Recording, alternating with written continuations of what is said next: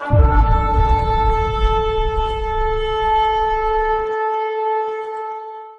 यीशु मसीह अपने चेलों को बता रहे हैं कि मेरा और तुम्हारा जीवन सदा के लिए एक है और हमारी एकता से परमेश्वर की योजना पूरी होगी।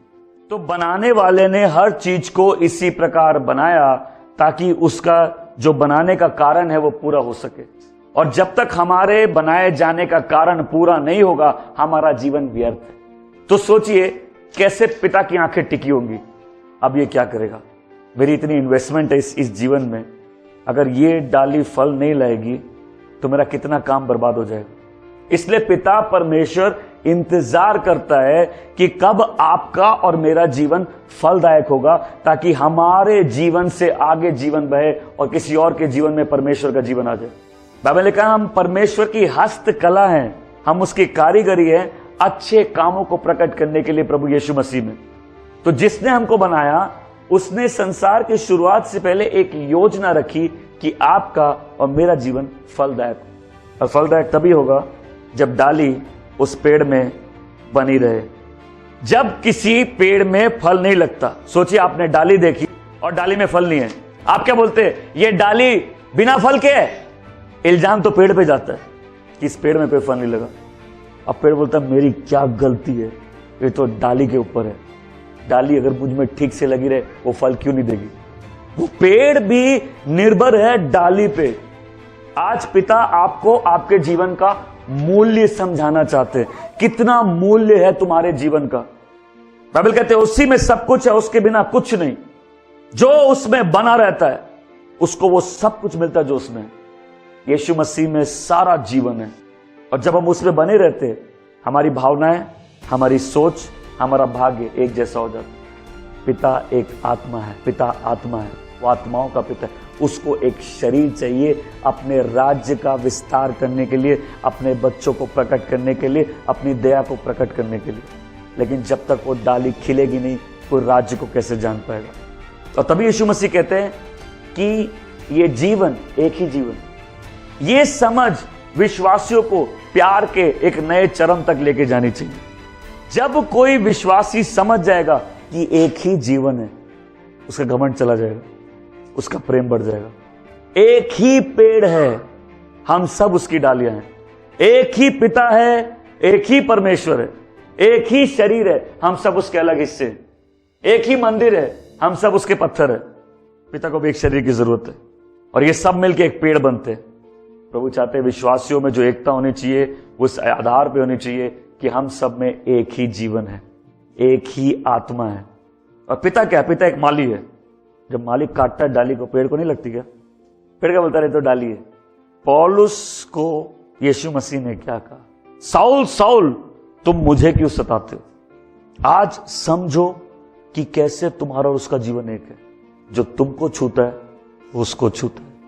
पिता तो तुम्हारी तरफ प्यार से देखता है कि कब मेरा बेटा फल लाएगा, और इस सृष्टि इंतजार कर रही है कब परमेश्वर के बच्चे प्रकट होंगे।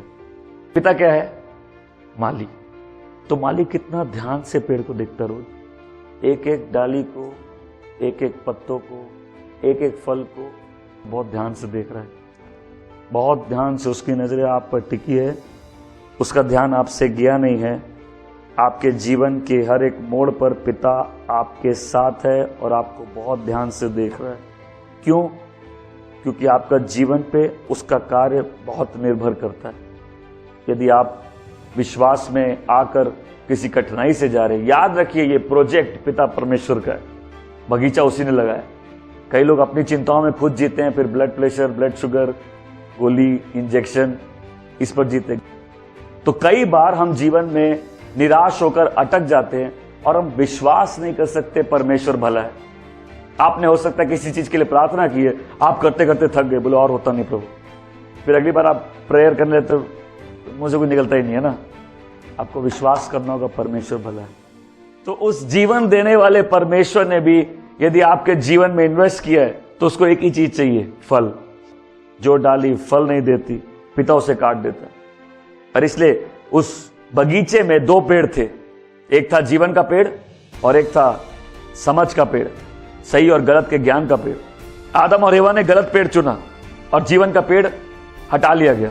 लेकिन जो यीशु मसीह पे विश्वास करके उसमें बना रहता है, एक दिन वापस वो उस पेड़ से खाएगा जो जीवन का पेड़ है, क्योंकि यीशु मसीह खुद एक अच्छा पेड़ है, वही जीवन का पेड़ है। इसलिए परमेश्वर ने यीशु मसीह को संसार में भेजा कि पहले पेड़ लगा दो, मैं शुरुआत कर दूं अपने काम की। यीशु मसीह वो परफेक्ट व्यक्ति है जिसके ढांचे में परमेश्वर सबको रूप देना चाहता है।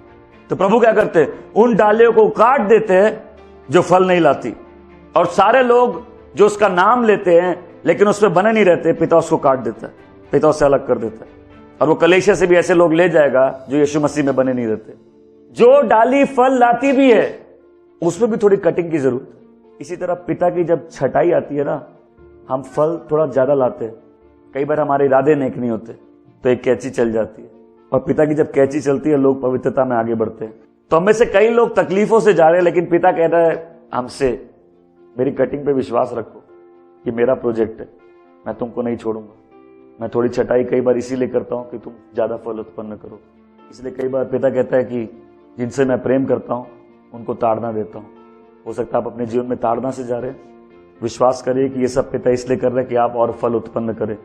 वो दाखलता को सजाता है, इसलिए पवित्र आत्मा हमारी मदद करता है आगे बढ़ने में।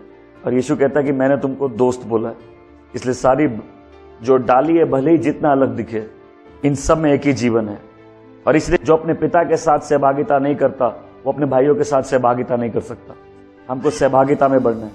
जब हम प्रभु में फलदायक होते हैं, हमारा जीवन दूसरों के लिए आशीष बन जाता है। इसलिए प्रभु ने उनका जो दर्जा है वो दास से उठा के दोस्त पर बना दिया।